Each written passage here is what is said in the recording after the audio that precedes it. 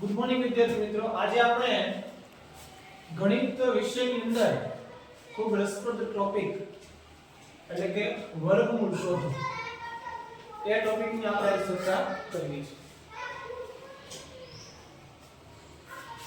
પહેલા તો આપણે વર્ગ એટલે શું એની થોડી માહિતી મેળવીએ કે વર્ગ એટલે કે કોઈ સંખ્યાનો એ જ સંખ્યા સાથે ગુણાકાર થાય અને જે સંખ્યા આપણને મળે તેને વર્ગ તરીકે ઓળખવામાં આવે છે. દાખલા તરીકે જોઈએ 5 નો વર્ગ કેટલો થાય કે 5 * 5 બરાબર 25.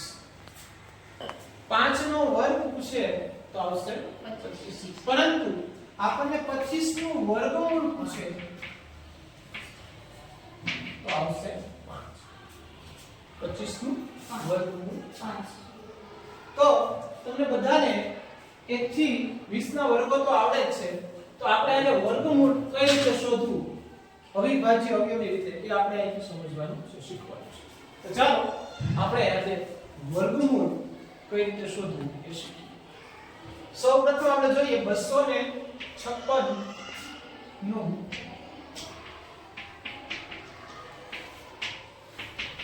વર્ગમૂળ શોધો. 256 નું વર્ગમૂળ શોધો. તો આપણે 256 ના સૌપ્રથમ આપણે અવિભાજ્ય અવયવ શોધીશું, પાડીશું. તો 256 ને આપણે 2 વડે ભાગીશું. શા માટે? કારણ કે એકમનો બેકી છે 6 છે, 2 વડે ભાગી શકીશું. તો 2 વડે ભાગતા જવાબ આવશે 128. 128 ને આપણે 2 વડે ભાગી શકીશું. હા, 128 ને 2 વડે ભાગતા જવાબ કેટલો આવશે? 64. Very good. 64 પણ બેકી સંખ્યા છે, હજી એને 2 વડે ભાગી શકીશું તો આવશે 32. 32 ને 2 વડે ભાગતા 16. 16 ને 2 વડે ભાગતા 8. 8 ને પણ 2 વડે ભાગીશું તો 4. અને 4 ને 2 વડે ભાગતા 2 અને છેલ્લે 2.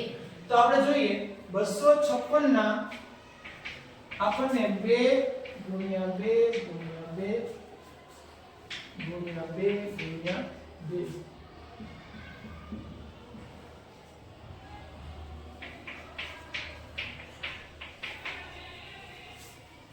આપણે આટલા અવયવો મળે છે. તો સૌપ્રથમ 2 ની જોડી બનાવશું. આપણને 256 ની 2 ની કેટલી જોડી મળી? આપણને 4 જોડી મળે છે. તો 256 નું વર્ગમૂળ થશે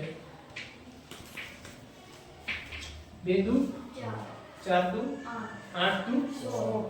જવાબ મળશે આપણને 16. ખ્યાલ આવે? 256 નું આપણને વર્ગમૂળ મળશે 16. તો વિદ્યાર્થી મિત્રો, આવા જ નવા અપડેટ જાણવા માટે, નવા ગણિતના વિડિયો અને ટ્રીક જાણવા માટે આપણી ચેનલ એજ્યુકેટ ક્લાસીસ 008 ને લાઈક કરો, સબસ્ક્રાઇબ કરો અને શેર કરો.